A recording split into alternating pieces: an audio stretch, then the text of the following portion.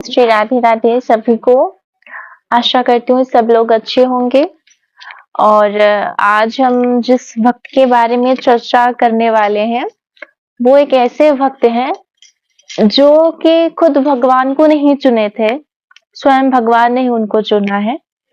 और ऐसा होता है ना, हम लोग बहुत प्रयास करते हैं अपने जीवन में भगवान को पाने की, भगवान से बातचीत करने की, परंतु भगवान हमें शायद उस हिसाब से दर्शन नहीं देते, शायद उस हिसाब से कम्युनिकेशन नहीं कर पाते जैसे वो अपने चुने हुए भक्तों के साथ कर लेते हैं।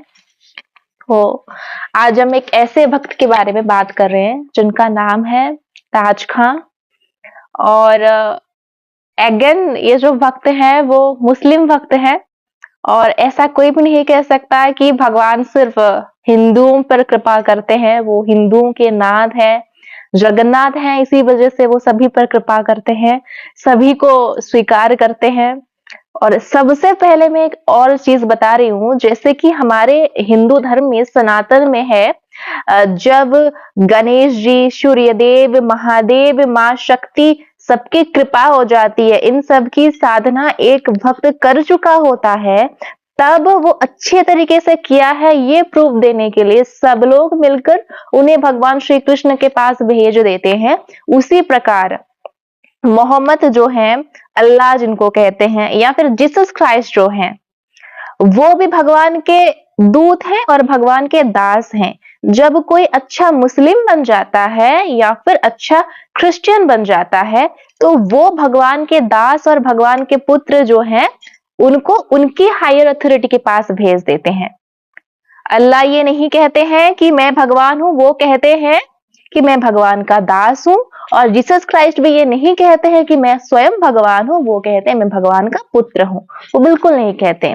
इसी वजह से अगर कोई अच्छा मुस्लिम बन जाता है, अच्छा क्रिश्चियन बन जाता है, तो उनका दायित्व वो पूरा करके भगवान श्री कृष्ण के पास, जो कि हमारे हायर अथॉरिटी है, उनके पास वो भेज देते हैं। इसी प्रकार से जो मोहम्मद और जीसस क्राइस्ट अपने कर्तव्य को पूर्ण करते हैं। अभी हम आ जाते हैं हमारे भक्त के चरित्र के ऊपर।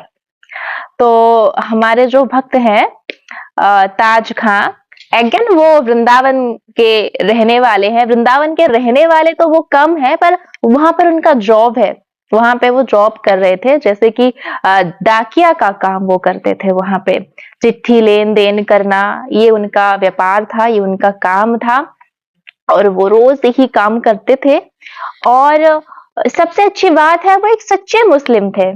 सच्चे मुस्लिम मतलब जिस वक्त उनको जो करना चाहिए, जो उनका नियम होना चाहिए, जैसे हमारा नियम है कितने बजे खाना पीना, भगवान को प्रसाद दिलाना, माला करना, जो नियम हमारा है वैसे उनका नियम होता था। वो उस नियम को अच्छे से पालन करते थे, इसी वजह से वो अच्छे मुस्लिम कहलाते थे। तो उनका नियम चला, मुस्लिम बन के वो नियम पालन कर रहे हैं।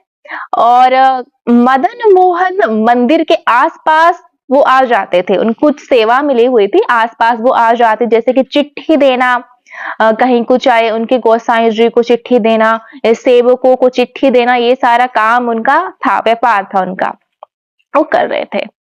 तो हमारे जो सबसे नटखट ठाकुर जी हैं, हमारे मदन मोहन जी, उनको तो मतलब सीधे हाथ से घी जैसे नहीं निकलती, उनको सीधा बैठे बैठे उनको बहुत दर्द होता है। नहीं, उनको कुछ ना कुछ तो करना है, ऐसा कुछ करना है कि लोग इतने बड़े बड़े आंख करके देखेंगे। उनका काम ही यही है। वो इसी वजह से तो वैसे टेढ़ी नजर से वो देखते हैं, टेढ़ा सब उनका टेढ़ा टेढ़ा है। भगवान हमारे के यहाँ ठाकुर जी टेढ़े ठाकुर है। तो हमारे टेढ़े ठाकुर मदन मोहन जी, अब उनके दिमाग में आया चलो अब हम करते हैं कुछ शैतानी, करते हैं कुछ अजीब सा करते हैं, जो कि वो हमेशा करते रहते हैं। आगे भी मैं भक्तों के बारे में जब चर्चा की थी, मदन मोहन के बारे में हमने बात किया था कि वो कैसे कैसे शैतानी करते हैं दुष्ट ठाकुर हमारे। तो एक बार क्या हुआ था, उनकी नजर पड़ गई है हमारे ताज खां के ऊपर, क्योंकि वो सच्चे मुस्लिम है। और नजर जब भगवान की पड़ जाती है तो वो जो भक्त है ना, वो चाहकर भी हाथ छुटा नहीं सकता। अभी तक वो भक्त बने नहीं है, फिर भी उनकी नजर पड़ गई है मदन मोहन जी की। एक बार वो चिट्ठी लेकर गोसाई जी के पास एक चिट्ठी आई थी, कहीं से मंदिर के जो पूजक थे वो चिट्ठी लेकर वो आ जाते हैं, मदन मोहन मंदिर के पास आ जाते हैं। और जब वो द्वारपाल को बोलते हैं कि द्वारपाल जी मुझे थोड़ा अंदर जाने दीजिए, नहीं तो ये चिट्ठी आई है गोसाई जी का, उनको बोल दीजिए कि वो आकर ये चिट्ठी लेकर जाएं, उनके नाम से चिट्ठी है। और उस वक्त तो बहुत सारा ऐसा नियम था कि मुस्लिम लोग मंदिर में प्रवेश नहीं कर सकते हैं, क्योंकि ऐसा हमने सुना है हिस्ट्री में भी, मुस्लिम लोग सब तो अच्छे नहीं होते थे, आकर मंदिर को ध्वंस कर देते थे, तोड़-फोड़ कर देते थे। ये सारी चीजें, जगन्नाथपुरी पर आक्रमण हुआ है, हमारे भारतवर्ष के कितने सारे मंदिरों को तोड़ा गया है मुगलों के वजह से, मुस्लिम लोगों के वजह से। इसी वजह से मुस्लिम लोगों को मुगलों को अंदर जाने की मतलब इजाजत नहीं थी। हाँ जी, जिसको भी जो क्वेश्चन है कमेंट करना है वो अपने चैट में लिख दीजिए, ताकि क्लास में कुछ भी डिस्टरबेंस ना हो। एनीवेज हम आगे जाते हैं। तो उस वक्त ऐसा था कि बिल्कुल भी अलाउ नहीं था, किसी भी मुस्लिम को अलाउ नहीं था। तो द्वारपाल ने ऐसे बोला कि नहीं तुम अंदर नहीं जा सकते हो, मैं जाकर बुला लाता हूँ, गोसाई जी को बुला लाता हूँ। तो वो द्वारपाल अंदर जाकर किसी से बात में उलझ गए और भूल गए उनको गोसाई जी को बोलना है करके, वो भूल गए, बातों में लगे हैं। और बाहर बैठ के हमारे ताज खान जी वेट कर रहे हैं, इंतजार कर रहे हैं कब गोसाई जी आएंगे, तब वो चिट्ठी देंगे और जाकर अपना काम करेंगे, पर वो आते नहीं है। तो बहुत समय बीतने के बाद वो बहुत डर के एक साहस करते हैं मंदिर के अंदर घुसने की, क्योंकि उनको चिट्ठी देकर आगे भी तो जाना था ना, उनका कर्म था वो। तो वो जाने की हिम्मत करते हैं और धीरे-धीरे जाकर दरवाजों को डरते-डरते ओपन करते हैं। और जब वो दरवाजा ओपन किए हैं, उनको गोसाई जी क्या दिखे, उस वक्त हमारे जो क्यूट से कृष्ण, हमारे जो मदन मोहन जी हैं, वही तो है, मतलब खड़े विग्रह वैसे ही हैं। अपना साक्षात्कार भगवान करवा दिए मदन मोहन जी। उनके विग्रह हिलने लगी, वो जो अपनी जो क्यूट सी चाल ढाल, उनके मोर पंख दिखने लगी, वो प्यार से निहारने लगे। वहीं पर अर्श विग्रह पर ही वो ऐसे ऐसे खुद को दिखाने लगे कि ताज खान जी समझ नहीं पाए कि वो है क्या, ये है कि ये भगवान है, पत्थर है, कोई इंसान है, कोई बच्चा है, वो समझ नहीं पाए। मतलब ऐसे देख रहे हैं, मोहित ही हो गए, वो हिल नहीं रहे। मतलब जो बोलते हैं ना, हमारा जो सब कुछ एक हो जाता है, हम ठंडे पड़ जाते हैं, वैसा ही कुछ हुआ था उस वक्त ताज खान के पास साथ। तो उस वक्त मंदिर में आया देख द्वारपाल दौड़ करके आ जाता है और बोलते हैं तुम ऐसा कैसे आ गए, तुमको तो अलाउ नहीं किया, तुमको तो अंदर जाने की अनुमति है नहीं, तुम कैसे आ गए, ऐसे ऐसे कहकर डांटने लगा। तो उस वक्त वो बड़े ही रीझ कर बोलते हैं बस एक पल और मुझे देखने दो, ये है कौन मुझे समझ नहीं आ रहा है, मेरा मन मोह लिया है, ऐसे ऐसे करके वो विनती कर रहे हैं ताज खान जी। और जब बहुत विनती करते हैं फिर भी हाथ पकड़ के द्वारपाल गुस्से से लाकर उनको बाहर खड़ा कर देता है, क्योंकि नियम के हिसाब से द्वारपाल भी अपना नियम ही निभा रहा था और मुस्लिम लोगों को अंदर नहीं अलाउ था, तो वो वही ही कर रहा था। और वैसे ही बाहर उनको खड़ा कर दिया गया ताज खान को। और जब वो बाहर खड़े हो गए ना, बाहर वो है, पर वो जो एक पल की जो दृश्य थी हमारे प्यारे मदन मोहन जी की, वो भूल नहीं पा रहे हैं। वो दृश्य क्या, मतलब उसमें क्या था, उसमें दुनिया भर का प्रेम, दुनिया भर का सम्मान, दुनिया भर का जो पुकार जो होता है ना कि तुम चाहिए मुझे, ये सब कुछ पूरी दुनिया अगर आपसे प्यार करे ना, पूरी दुनिया अगर आपको सम्मान करे, पूरी दुनिया अगर आपको अपनाना चाहे, जो फीलिंग्स वो आएगी आपको, आप खुद सोचिए कैसा लगेगा आपको।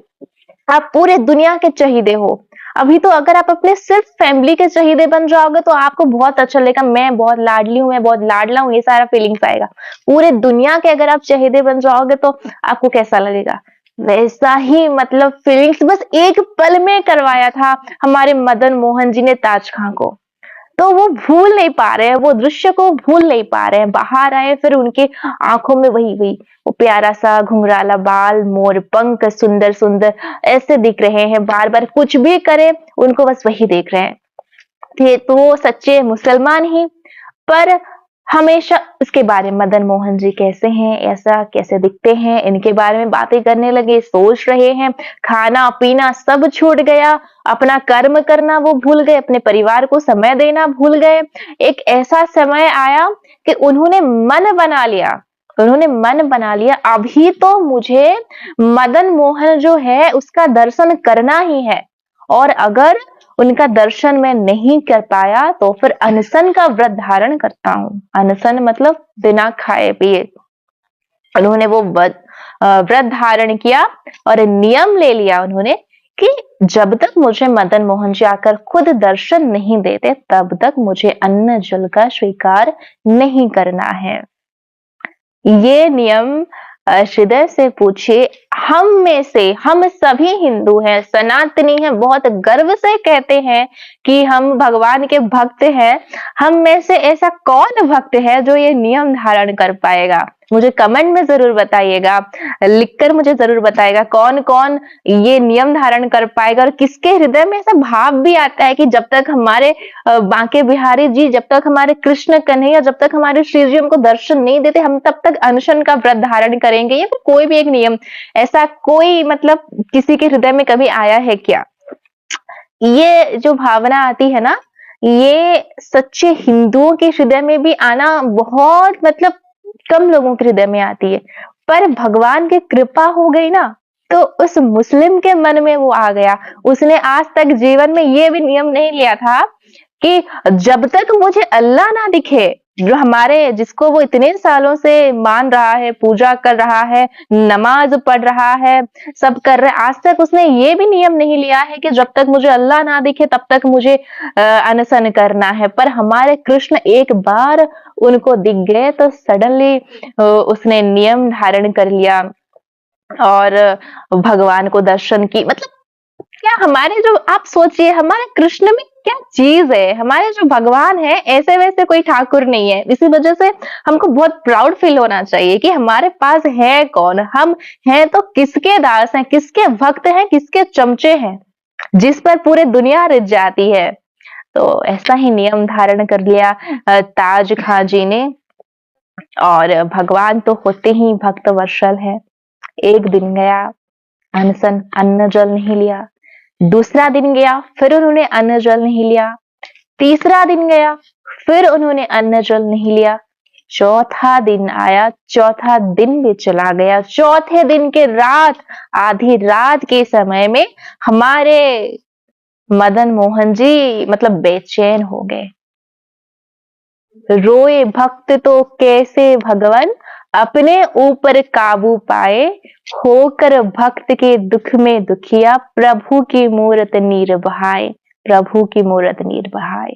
तो भगवान जो होते हैं ना, भक्तों के अश्रु को बर्दाश्त नहीं कर पाते, परंतु वो जो अश्रु होती है ना, वो इतनी ओरिजिनल होनी चाहिए जिसमें कि पूरी संसार का दुख नहीं हो। जो अश्रु आपका, आप लोग सोचिए जब आप भगवान के सामने कुछ चीजों का जिद करते हो, मुझे ये चाहिए या मुझे संसार से कुछ चाहिए, अच्छे मार्क्स आने चाहिए, मेरे माता पिता मुझे प्यार करने चाहिए, अच्छा जॉब मिले, मेरे ससुराल के साथ संबंध अच्छा हो, अच्छी पत्नी मिले, अच्छा पति मिले, अच्छे मेरे सोसाइटी में रेप्यूटेशन, दुनिया भर की जो संसारिक जिद है, अब भगवान के सामने करने के लिए दुनिया भर के नियम ले लेते हो। ये करते करते करते करते और कभी कभी तो बहुत भक्त होते हैं ये सारी चीजों के लिए भगवान के सामने रोते भी हैं, मुझे ये हुआ, इसने ये किया, वो, हाँ होता है, नॉर्मल सी चीज है। और इसमें कुछ ये नहीं है कि जो लोग ऐसा करते हैं वो बुरे, बिल्कुल भी बुरे नहीं। अपना दर्द भगवान को नहीं बोलोगे तो किसको बोलोगे? भगवान ही तो हमारे माता पिता है। परंतु जब संसार का सब दुख खत्म हो जाता है, संसार वाले कुछ कहें कुछ फर्क नहीं पड़ रहा, आप रो रहे हो, आप तड़प रहे हो, आप अनशन कर रहे हो सिर्फ भगवान को देखने के लिए, ये कितनी बड़ी स्थिति है। और जब ये स्थिति आ जाएगी ना एक भक्त की, उस वक्त भगवान स्वयं को संभाल नहीं पाएंगे। आप देखो ओरिजिनल, मतलब normally as a PD trainer में बात कर रही हूँ, नॉर्मली अगर आप काउंसलिंग सेशन में जाओ, अगर किसी ने कभी किया होगा तो आते हैं लोग, आते हैं ये बोलने के लिए, हमारे घर में ये प्रॉब्लम है, हमारे रिलेशंस में ये प्रॉब्लम है, ये है, वो है, बहुत सारी चीजें होती है। बट तब तक हम सॉल्यूशन प्रोवाइडर होते हैं जब तक वो हम तक नहीं आती है। तब तक हम सॉल्यूशन प्रोवाइड करते हैं, हम सजेशन दे देते हैं, ये हुआ, ये ठीक है, ये सजेशन है जो है। परंतु जब बात स्वयं पर आ जाती है, आपके लिए कोई कर रहा है, तो आप कैसे उसको रिएक्ट करोगे? तब तक आप सॉल्यूशन उस वक्त आप सॉल्यूशन प्रोवाइडर नहीं रहोगे ना, बात आपकी स्वयं की पर्सन खुद पर आ गई। उसी प्रकार भगवान तब तक सॉल्यूशन प्रोवाइडर होते हैं जब तक आप संसार का रोना भगवान के सामने रोते हो। वो संसार के लिए आपको मदद करते हैं, बहुत परीक्षा लेने के बाद करते हैं, परंतु करते हैं। परंतु जब आप भगवान के लिए रोने लगते हो, भगवान के सामने भगवान के लिए जिद करते हो, तब वो पर्सनल पे आ गया। भगवान स्वयं आते हैं, स्वयं आते हैं, आपको दर्शन दे के जाते हैं, अपनी लीला करते हैं। वैसा ही कुछ हुआ था हमारे ताज खां जी के साथ।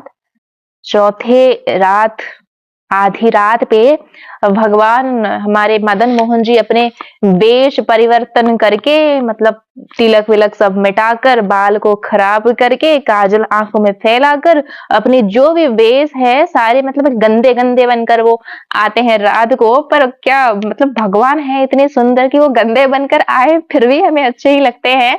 हमें अच्छे नहीं लगते हैं, वो सबको अच्छे लगते हैं। क्यूट से हमारे कृष्ण है।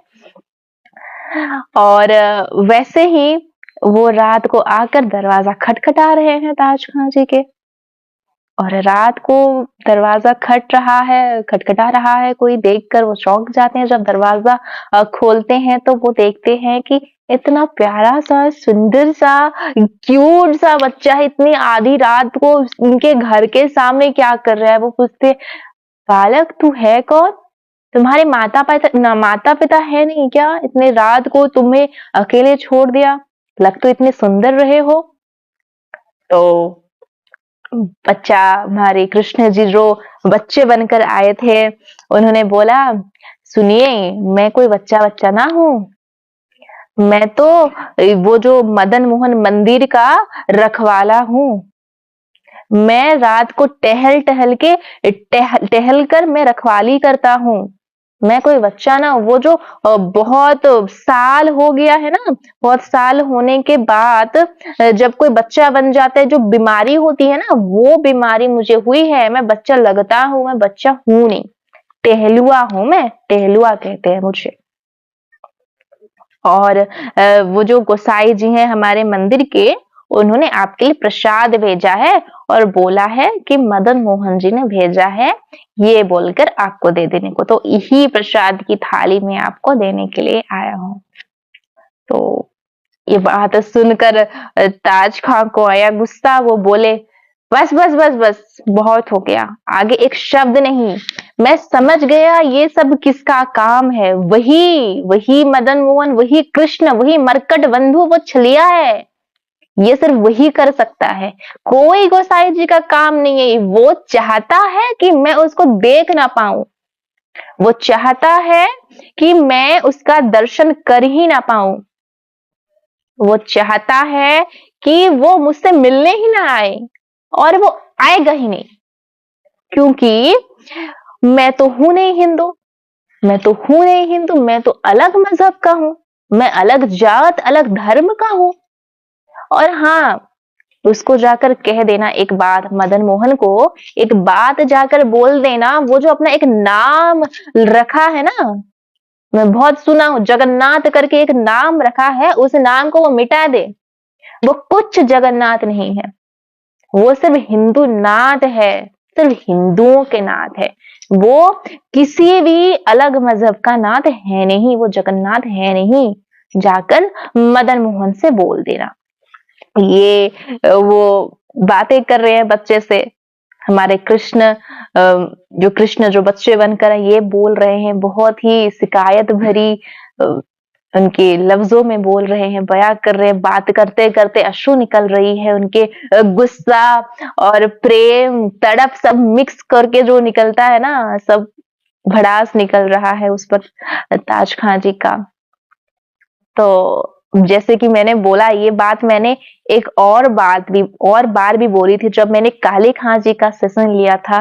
उन्होंने भी एक पद भगवान को सुनाया था कि पद ठीक से याद नहीं है, पर ऐसा था कि जगन हिंदू नाथ हो जो तुम, ऐसा कुछ था। मतलब उसका मतलब यही था कि अगर आप हिंदुओं के नाथ हो तो फिर रहने दीजिए, मुझे कुछ लेना देना नहीं। पर अगर आप जगन्नाथ हो तो मेरी भी सुन लीजिए। हाँ, हिंदू नाथ हो जब तुम तो हमारा कोई दावा नहीं, पर जगत नाथ हुए जब तुम हमारी भी सुध लीजिए। ये काले खां जी का पद था। तो वैसे ही आज ताज खां जी ने ऐसा ही कुछ बोल दिया। तो बस भगवान सुन रहे हैं। वो तो कोई और नहीं है, वो स्वयं ही मदन मोहन जी हैं। और सुन के उनके रोंगटे खड़े हो रहे, परंतु क्या करें, कुछ नियम में वो बंधे हैं, वो बोल नहीं पा रहे हैं कि मैं ही तुम्हारा मदन मोहन हूँ। कुछ और परीक्षा भी लेना शेष था उनका। तो वो बोलते हैं ठीक है, मैं आपका ये जो मैसेज है मदन मोहन जी को पहुंचा दूंगा, आपका संदेश सही सलामत उनके पास जाएगा, परंतु अभी मुझे दायित्व मिला है आपको प्रसाद दे देने का।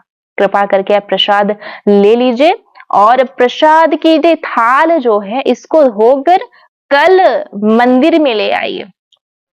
आपको पक्का मदन मोहन जी के दर्शन होगा, ऐसा गोसाई जी ने बोला है।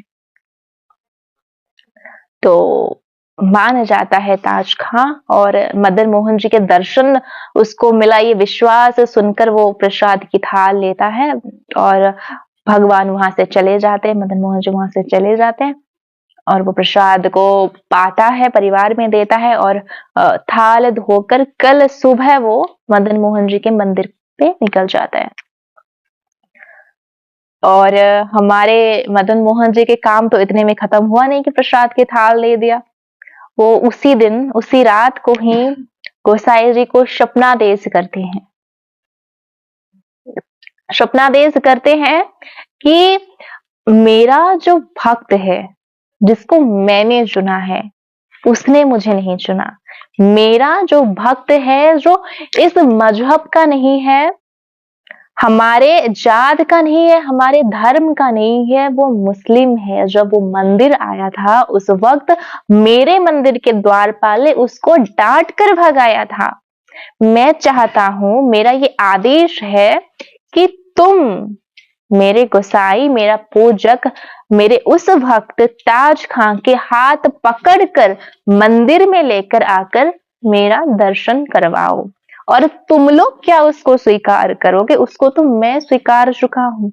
तुम लोगों की कोई औकात नहीं, तुम लोगों की कोई औकात नहीं जो तुम उसको स्वीकार करो, उसको मैं स्वीकार चुका हूं, उसको मैंने चुना है। कल सुबह तक मेरा भक्त मेरे सामने आ जाना चाहिए। हमारे मदन मोहन जी गोसाई जी को स्वप्नादेश कर दिए।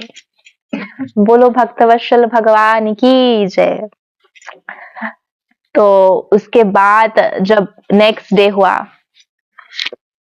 आ गए हमारे ताज खां जी थाली लेकर। उनको तो आश भरी है कि अभी देखना है प्यारे प्यारे मदन मोहन जी को।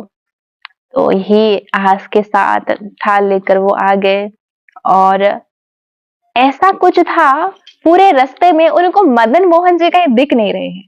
कहीं दिख नहीं रहे हैं मदन मोहन जी नहीं, उनको वो जो कल रात को आया था, प्रीवियस नाइट को जो आया था, वो बालक दिख रहा है, टहलुआ दिख रहा है। मतलब वो मदन मोहन जी के बारे में सोचने की कोशिश कर रहे हैं, वो नहीं मतलब वो नहीं दिख रहे, टहलुआ दिख रहा है।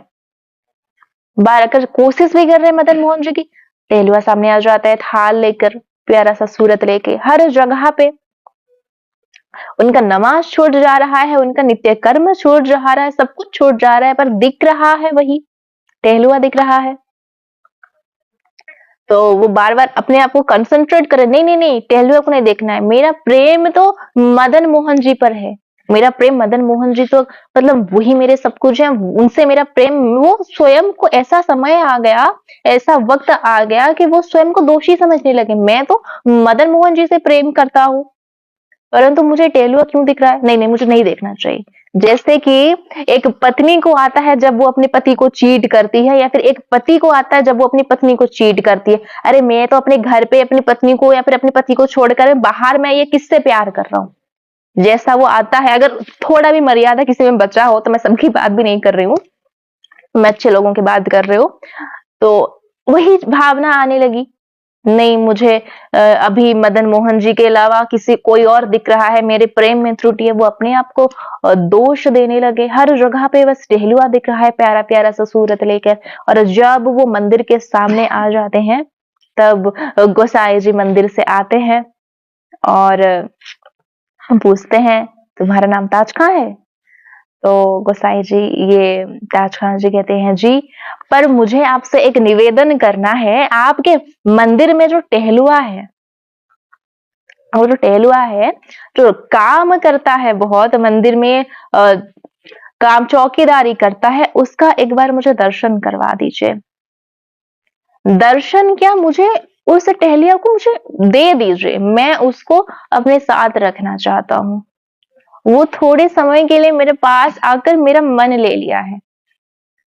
उससे पहले भी एक टहलुआ से उनकी साक्षात्कार हुई थी। गोसाई जी के पास आने से पहले, जब वो एक रास्ते में किसी ने द्वार रोक दिया कि कहाँ जाना है, क्या करना है करके, तो वो ताज खां जी ने बोला कि मुझे टहलुआ से मिलना है। तो उस टहलुआ ने बोला कि मैं तो हूँ मंदिर का टहलुआ, बोलो क्या है। तो हमारे ताज खां जी बोलते हैं, नहीं नहीं नहीं नहीं नहीं, आप नहीं, वो जो सुंदर वाला टहलुआ है, वो जो सुंदर सा है, मुझे सुंदर वाले टहलुआ से मिलना है। तो टहलुआ को आया गुस्सा। वो गुस्से में बोलते हैं, अच्छा तो क्या मैं कुरूप हूँ, मैं सुंदर नहीं हूँ, सुंदर टहलुआ से मिलना है।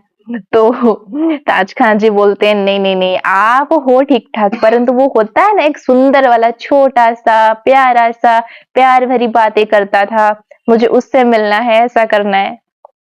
तो फिर वो कुछ समझ नहीं पाया, वो टहलुआ कुछ समझ नहीं पाया। वो आकर गोसाई जी को ही ट्रांसफर कर दिया कि बोला कि अभी आप ही संभालो।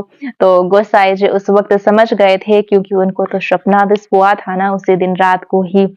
तो गोसाई जी के पास जब संदेश गया, ताज खां जी ने बोला कि टहलुआ का दर्शन करवा दीजिए। रोज लोग मदन मोहन जी के दर्शन करने के लिए आते हैं, उनको मदन मोहन जी के दर्शन करवा दीजिए, परंतु मुझे आप रोज टहलुआ का दर्शन करवा दीजिए, मुझे उसका दर्शन करना है, मुझे बहुत पसंद है वो। ऐसे ऐसे करके बहुत विनम्र भाव से अपने भाव को रखने लगे। उनके आंखों से अश्रु निकल रहे थे। तब समझ गए, गोसाई जी भी समझ गए कि हमारे भगवान, हमारे मदन मोहन जी किसको चुने हैं। भगवान कभी ऐसे व्यक्ति को चुनते ही नहीं है जिनके हृदय में कपट हो, जिनके आंखों से कपट भरी वो जो हिंसा ईर्ष्या निकले। भगवान तो सिर्फ उस भक्त को चुनते हैं जिसके आंखों से प्रेम भरी अश्रु निकले, जिसके हृदय में खोट ना हो, जिसके वाणी कुछ भी हो, हृदय में खोट ना हो, जो कि भगवान के सामने आए तो भगवान को ये नहीं बोलना पड़े कि थोड़ा तू रुक जा, बाद में दर्शन देता हूं। भगवान उसके पास जाकर बुलाए कि तू अभी आ जा, मुझे तेरा दर्शन करना है।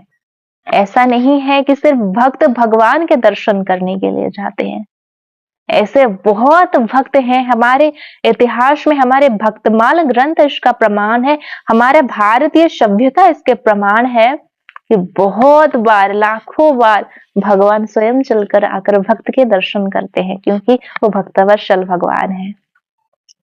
तो भगवान तो जाके न्योता दिए थे ताज खां को मंदिर आने के लिए, और ये सारी बातें जब गोसाई जी ने सुन लिया, वो अपना हाथ उनके हाथ में दे दिए और ताज खां जी के हाथ को पकड़कर मंदिर में प्रेम भरे भाव से लेकर आए, जहां पर मदन मोहन जी बैठे थे। मदन मोहन जी के और इशारा करके उन्होंने बोला कि ये देखो, ये है तुम्हारा टहलुआ। उस वक्त तो पूरे दुनिया को पूरे भक्त समाज को वो मदन मोहन जी दिख रहे थे, परंतु सिर्फ हमारे ताज खां जी वैसे थे जिनको वो मदन मोहन जी नहीं, टहलुआ के रूप में दर्शन दे रहे थे। उनके लिए वो उस वक्त मदन मोहन जी रहे ही नहीं। भगवान ने अपने रूप को परिवर्तन कर दिया। जैसे कि मैं हमेशा कहती हूँ, भगवान एक जगह पे होकर भी 10 लोगों को, करोड़ों लोगों को अलग अलग रूप से दर्शन दे सकते हैं। भगवान तो हमारे प्यारे से हैं। भगवान हमारे श्री कृष्ण वही कृष्ण हैं जो कि सुदर्शन भी पकड़ते हैं, जो मुरली भी पकड़ते हैं, जो कि प्रेम रास भी करते हैं और हस्तिनापुर में जाकर महाभारत का युद्ध भी करते हैं। हमारे कृष्ण है वो हर रूप में है। उनको वो चाहे तो कुछ भी कर सकते हैं। सेम जैसे कि कंस भगवान को शत्रु के रूप में देखना चाहा तो भगवान उसको शत्रु के रूप में दिख गए। यशोदा यशोदा मैया, देवकी मैया, नंदराज जी, वसुदेव जी उनको पुत्र के रूप में देखना चाहे पुत्र के रूप में दिख गए। श्री राधा रानी प्रेम के रूप में देखना चाहे तो राधा रानी को प्रेम के रूप में दिख गए। रुक्मिणी देवी, सत्यभामा देवी, अष्ट जितने भी उनके पत्नियां हैं, 16 सहस्त्र पत्नियों को वो पति के रूप में देंगे, क्योंकि वो पति के रूप में देखना चाहते। भगवान को आप जिस हिसाब से देखना चाहोगे, जिस भाव से देखना चाहोगे, भगवान आपको उसी भाव से दर्शन देंगे। 5 प्रकार के भाव के बारे में मैंने पहले भी बताया था। जिन जिनको याद है वो चैट में लिख दीजिए कि भगवान को पाने की, भगवान के साथ संबंध बनाने की 5 भाव क्या होती है according to Shrimad Bhagavad Gita. Okay, तो वहां पर जाकर सुंदर सुंदर हमारे मदन मोहन जी के दर्शन वो टहलुआ के रूप में कर लेते हैं। और हाय क्या दर्शन थे वो, जो दर्शन होती है ना, भगवान के दर्शन के बाद, श्री कृष्ण के दर्शन के बाद पूरे दुनिया में ऐसा कुछ शेष ही नहीं कुछ शेष रहता नहीं जिनका कोई दर्शन कर सके। हमारे जो कृष्ण है उनको पाने के बाद, उनके स्नेह को पाने के बाद कुछ दुनिया में शेष नहीं रहता है, क्योंकि वही तो सब चीज के पूर्ण विराम है। हर चीज में वो विराम लगा देते हैं। संसारिक बंधन हो, संसारिक माया हो, रिश्ते नाते सब छुड़ा देते हैं, बस अपने से मन लगा देते हैं। भगवान को, भक्त को इस काबिल नहीं छोड़ते हैं कि वो किसी और को चुन ले, काबिल नहीं छोड़ते हैं। उनका मतलब हमारे जो कृष्ण है ना, एक बहुत ही जेलस वाले ठाकुर जी है। ऑनेस्ट बात है, उनको बिल्कुल नहीं पसंद है, उनको बिल्कुल नहीं पसंद है कि उनके अलावा उनका भक्त किसी और के पास जाए, बिल्कुल नहीं पसंद है। वो तो गुस्सा करके, झगड़ा करके, मतलब कुछ भी करके अपने भक्त को अपना ही करेंगे। बहुत एक्चुअली हमारे कृष्ण भक्त जो होते वो जेलसी नहीं रखते अपने मन में, पर हमारे जो ठाकुर है पक्के जेलस वाले ठाकुर है, उनको नहीं पसंद है। और ये भी होता है कि कभी-कभी मैं भक्तों की भी जब बात सुनती हूँ काउंसलिंग में, भक्तों की बात सुनती हूँ। अगर दोनों पति पत्नी दोनों भक्त हैं, तो पत्नी अगर कृष्ण की ज्यादा पूजा करे, मतलब सेवा करे, तो पति को जलस होती नहीं है। परंतु अगर एक मोमेंट कभी कृष्ण की सेवा थोड़ा रुक गया और पत्नी ने पति को थोड़ा ज्यादा इंपॉर्टेंस दे, हमारे कृष्ण तो जल जाते हैं। आए नहीं नहीं नहीं, ये नहीं हो सकता, वो मेरा है, वो मेरी है, बस तुम टेम्पररी हो और मैं परमानेंट हूँ। तो होते हैं ना, वही हमारे कृष्ण जी का है। हमारे कृष्ण वो बहुत जेलस वाले ठाकुर हैं। ये बात सब लोग याद रखिए। हमारे ठाकुर जी से अच्छे अच्छे ना बहुत ज्यादा नटखट है। उनके नटखट चीज को बर्दाश्त कर सकते हो तब कंस्टेंट होके रहो, है ना। तो उस वक्त सब कुछ भूल के ताज खां भगवान के दर्शन कर रहे, समय बीता जा रहे, सब भक्त दर्शन करके जा रहे हैं, ताज खां वहां से हिल नहीं रहे। भगवान को देखकर, भगवान तो वो सबके लिए थे ना, पर वो जो दर्शन दे रहे थे उनको देखकर जिस भाव से वो अपने पूरे जीवन की व्यथा, पूरे जीवन की जो स्टोरी है, सब कुछ आंखों में बात आंखों में ही बता दें। कुछ उन्होंने अपना मुंह नहीं खोला, अश्रु निकल रहे हैं, प्रेम निकल रहा है, भगवान को पाने की खुशी निकल रही है। एक संपूर्णता जो मिल जाती है, वो सब कुछ वहां पे झलक रहा है। और भक्त और भगवान के मिलन के साक्षी वहां पे गोसाई जी हैं, बाकी भक्त हैं, हिंदू लोग वहां पे हैं, परंतु उनका वो भाव नहीं भगवान को दर्शन करने का। परंतु ताज खां एक मुस्लिम होकर भगवान को ऐसे दर्शन कर रहे हैं। मतलब आप एक बात सभी लोग मुझे बताइए चैट में, जरूर सबको ये क्वेश्चन है, जब आप भगवान के दर्शन करते हो, कैसे दर्शन करते हो, किस भाव से दर्शन करते हो, कितना समय दर्शन करते हो, और दर्शन के बाद कुछ फील भी होता है या नहीं होता है? ये बात मुझे सभी लोग चैट में बताइए, ऑनेस्टली बताइए, कोई भी मतलब खोट नहीं होना चाहिए किसी के हृदय में। क्या है सच्ची भावना? अगर कुछ नहीं फील है मत बताना, मतलब मत बताने, बोला नहीं कुछ नहीं है। 1 सेकंड के लिए दर्शन करते हो, आंख बंद करके दर्शन करते हो, कैसा भी करते हो, सब लोग बताइए। भगवान को दर्शन करने का टेक्निक भी अगर किसको आता है तो ये बताइए। भगवान को मैंने देखा है बहुत जगह पे लोग क्या करते हैं, ऐसे तो आंख खुलकर बहुत जगह घूम कर आते हैं, पार्क पार्क बहुत सारी जगह पॉप पॉप जाके घूम के आ जाते हैं, भगवान के मंदिर के सामने आके आंख बंद कर लेते हैं, पता नहीं क्या देखने के लिए आए थे। मुझे समझ नहीं आती कि भगवान के मंदिर के सामने ही उनको आंख बंद करना था। पॉप में आंखें खुली रहेंगे, पार्क में आंखें खुली रहेंगे, मटेरियल चीजों को देखने के लिए आंख खुली रहेंगे, भगवान के मंदिर के आने के बाद आंख बंद हो जाता है, ऐसा ऐसा करके पता नहीं क्या होता है वो। मुझे आज तक वो समझ नहीं आया वो टेक्निक क्या है। भगवान के सामने भगवान को दर्शन करने के लिए इतने दूर से आए हो और भगवान के मंदिर के सामने जाके आंख बंद कर ले, तो ये क्या है? अगर आप में से भी कुछ लोग ऐसा करते हैं तो ऐसा बिल्कुल मत करना, इसको दर्शन अपराध बोला जाता है। भगवान के साथ जब आप कनेक्ट होते हो, जब अर्श विग्रह से कनेक्ट होते हो, तो आप सबसे पहले भगवान श्री कृष्ण के, किसी भी भगवान के चरण के दर्शन करिए, उनके चरण के दर्शन करिए। उसके बाद धीरे धीरे ऊपर जाइए, उनकी सज्जा पे जाइए, उनके पीताम्बर के दर्शन करिए, उनकी चाल ढाल के दर्शन करिए, उनके श्रृंगार के दर्शन करिए। अंतिम में सब होने के बाद अंतिम में उनके आंखों के दर्शन करिए। और जो भी आपके दिल में भावना है, स्पिरिचुअल मटेरियल कुछ भी चीज है, भगवान की आंखों को देखकर बयां करिए। सबसे पहले तो उनको धन्यवाद करिए कि उन्होंने आपको जो भी दिया है, जो भी दिया है, आपको इंसान बनाया है, ये भी एक बहुत बड़ी बात है, इसके लिए धन्यवाद करिए। उनको देखने के लिए आंख दिया है, आपके अंगों को दिया है, इसके लिए धन्यवाद करिए। उसके बाद अगर आपको बतानी है, सांसारिक व्यथा भी बतानी है तो बताइए, परंतु सबसे पहले धन्यवाद करिए। वो एक भजन याद आता है, मुझे तूने मालिक सभी कुछ दिया है, तेरा शुक्रिया ना मिलती अगर दी हुई दात तेरी, तो क्या थी जमाने में औकात मेरी। आप सभी लोग अपना आंख बंद करके याद करिए कि हम सभी लोग, हमारी जो ओरिजिनल औकात जो है वो क्या है, हमारी जो ओरिजिनल औकात है वो क्या है। और भगवान के भक्त होने की वजह से हमको जो मिलती है दुनिया से, सम्मान मिलती है, नाम मिलता है, प्रेम मिलता है, जो भी मिलता है, वो हमको कहाँ से मिली है? भगवान की कृपा नहीं होती ना तो कुछ नहीं होता। ठीक है, मटेरियल चीज अपनी जगह है, परंतु एक जो लगता है भगवान का वक्त है वो, पता है, एक अपनी पर्सनल पर्सनल बात बता रही हूँ। मुझे बहुत लोग ये बोलते हैं कि विजेता जी आपने तो भगवान को देखा होगा, आप इतनी भक्ति करते हैं, भगवान कैसे दिखते हैं ऐसे ऐसे। मुझे मुझे समझ नहीं आता कि मैं लोगों के लिए क्या हूँ, कि लोग इतना भी समझ लेते हैं कि मतलब एक ऐसे जीव भगवान का साक्षात्कार कर सकता है, दर्शन कर सकता है। नहीं, ऑनेस्टली बोलूं तो मैंने भगवान की साक्षात्कार कभी किया नहीं है।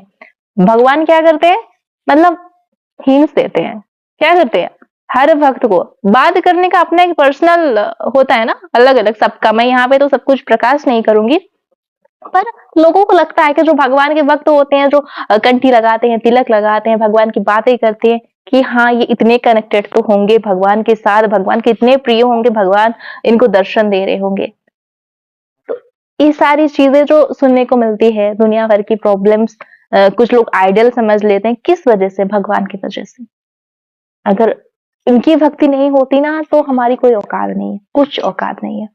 नवग्रह जो है ना, सूर्य, चंद्र, बृहस्पति, शनि, राहु, केतु, सब भगवान के वश में है। वो सारे ग्रहों के स्वामी है। आपका कोई ग्रह कुछ नहीं कर पाएगा अगर आप भगवान श्री कृष्ण के प्रति संपूर्ण समर्पित हो जाते हो। तो भगवान को दर्शन जब आप करें ना, उस भाव से करिए कि ऐसे और कोई चाहत बाकी ही ना रहे, ना सांसारिक, ना स्पिरिचुअल। स्पिरिचुअल चाहत वो खत्म ना हो, आध्यात्मिक जो चाहत हो वो कभी खत्म ना हो, पर कोशिश करिए कि जो आपकी भौतिक चाहत है वो खत्म हो जाए। तो वो सारी चाहत को मिटाकर, सब कुछ मिटाकर हमारे ताज खां भगवान मदन मोहन जी के दर्शन कर रहे हैं। उनके वेशभूषा में कोई परिवर्तन नहीं, वैसे ही मुस्लिम बन के हैं, टोपी पहन के, लंबे दाढ़ी, जैसे एक सच्चा मुस्लिम रहता है वैसे ही है। और भगवान मतलब उन्होंने अपने वेश को परिवर्तन नहीं किया, अपने हृदय को परिवर्तन किया। जैसे हृदय में अल्लाह बैठते थे, उस वक्त में हमारे ठाकुर जी को बिठा दिया। संभव है क्या? आप अपने आप से पूछिए, हमारे हृदय से ठाकुर जी को निकाल के किसी में इतनी हिम्मत है कि जीसस क्राइस्ट को या फिर मोहम्मद को बिठा दे? किसी में इतनी हिम्मत है? कोई भी हो, हमारे ठाकुर जी की जगह हम किसी और को दे पाएंगे? नहीं दे पाएंगे। मैं तो नहीं दे सकती, मुझे नहीं पता आप लोगों का क्या भाव है, मैं तो नहीं दे सकती कुछ भी हो जाए। पर हमारे ठाकुर जी ऐसे हैं कि वो हर किसी के हृदय में अपना जगह बना देते हैं। उन्होंने जीवन भर कभी भी अपना वेशभूषा परिवर्तन नहीं किया, वैसे ही रहे, अपने वेशभूषा में रहे, परंतु अपने हृदय से अल्लाह को निकाल कर हमारे ठाकुर जी को बिठा दे, मदन मोहन जी को बिठा दे। और वहीं वो बहुत सारे पदों की भी रचना करते हैं। और आज भी मदन मोहन जी के मंदिर में ताज खां जी के पद को गाए जाते हैं। बहुत ही आनंदित होकर मदन मोहन जी श्रवण करते हैं, और ऐसे ही करके रोज आते हैं मदन मोहन जी के दर्शन। मतलब सबके लिए प्रतिबंधक था, परंतु सिर्फ ताज खां को अलाउ किया गया मंदिर में आने के लिए। वो रोज आते थे, भगवान के दर्शन करते थे, सेवा करते थे। धीरे धीरे हर जगह पे फैलने लगी भक्त ताज खां के बारे में। और जब भक्त हर जगह पे फैल जाते हैं तो वो और नाम प्रतिष्ठा सह नहीं कर पाते। वैसे ही मदन मोहन जी के मंदिर के पास मदन मोहन जी को देखते देखते उन्होंने अपने प्राण को छोड़ दिया। मदन मोहन जी उनको स्वीकार किए। तो आप यहाँ पे जितने भी लोग हैं, ये कभी मत सोचिए कि एक ऐसा नियम होगा, एक ऐसा मतलब हमारे शास्त्रों में भगवान को पाने के बहुत सारे नियम बताए गए हैं, बहुत सारे नियम। हम नियम को अगर मतलब गिनती करें तो वो कम नहीं होगी। हम सब करते हैं ना, सब करते हैं। भगवान कभी हमसे मिलने ना आए, परंतु ताज खां जिसको कुछ नहीं पता है भगवान कौन है इसको भी नहीं पता है, नियम तो उसने कभी किया ही नहीं है, क्या है? कुछ नहीं किया, उसको भगवान स्वीकार कर दिए। इसका सिर्फ इतना मतलब है, भगवान सरल भक्ति देखते हैं, सरल हृदय देखते हैं। वो हिंदू नहीं था, परंतु था सच्चा मुस्लिम। उसने जीवन में कभी भी बुरा काम किया नहीं था, किसी के हृदय को दुखाया नहीं था, क्रोध नहीं करता था बिना वजह किसी को परेशान नहीं करता था, मंदिरों को तोड़ फोड़ करने तो बहुत दूर की बात, हिंदुओं का सम्मान करता था, सभी धर्मों का सम्मान करता था, सच्चा मुस्लिम था। इसीलिए तो मोहम्मद ने भी सोचा कि हाँ ये मेरा अच्छा मुस्लिम है, इसको अभी अपनी हायर अथॉरिटी के पास दे देता हूँ। भगवान के दास तो मोहम्मद भी है ना, अल्लाह जिनको कहते हैं, तो वो दे दिए और हमारे कृष्ण भक्त बन गए। हमारे कृष्ण भक्त का टैग लग गया ताज खां जी के साथ, बहुत ही सम्मान के साथ उनका नाम लिया जाता है आज, भक्त ताज खां। तो ये थी हमारे ताज खां जी की चरित्र, बहुत छोटी सी चरित्र है और इसमें सीखने वाली बहुत सारी बात है। सिर्फ वही एक भक्त नहीं है, भक्तमाल के ग्रंथों को धीरे धीरे अगर आप सुनोगे पढ़ोगे तो आपको आगे भी समझ में आएगा। बहुत सारे मुस्लिम भक्त रहे हैं, अलग जात के भक्त रहे हैं, जो कि भगवान की कृपा प्राप्त किए हैं और भगवान के शुद्ध भक्त की श्रेणी में भी आए हैं, और जिनको भक्तों ने नहीं, स्वयं हमारे भगवान ने चुना है। इतना सोच लीजिए, अगर वो मुस्लिम को चुन सकते हैं, अलग धर्म के लोगों को चुन सकते हैं, तो फिर हमें क्यों नहीं चुन रहे हैं? हम में क्या कमी है? ये सवाल अपने आप से कीजिए और कैसे हम भगवान के साथ मिलकर जैसे दर्शन ताज खान ने किया था, वैसा दर्शन हम भगवान के कर सकते हैं, उसी बारे में चिंतन करिए। तो आज की कथा को यहीं विराम देती हूँ। अभी जो समय बचा है, मैं सबका क्वेश्चन लेना चाहती हूँ। किसी का भी कोई क्वेश्चन है, तो वो क्वेश्चन पूछ सकते हैं। पहले मैं चार्ट पढ़ लेती हूँ, किसका क्या है।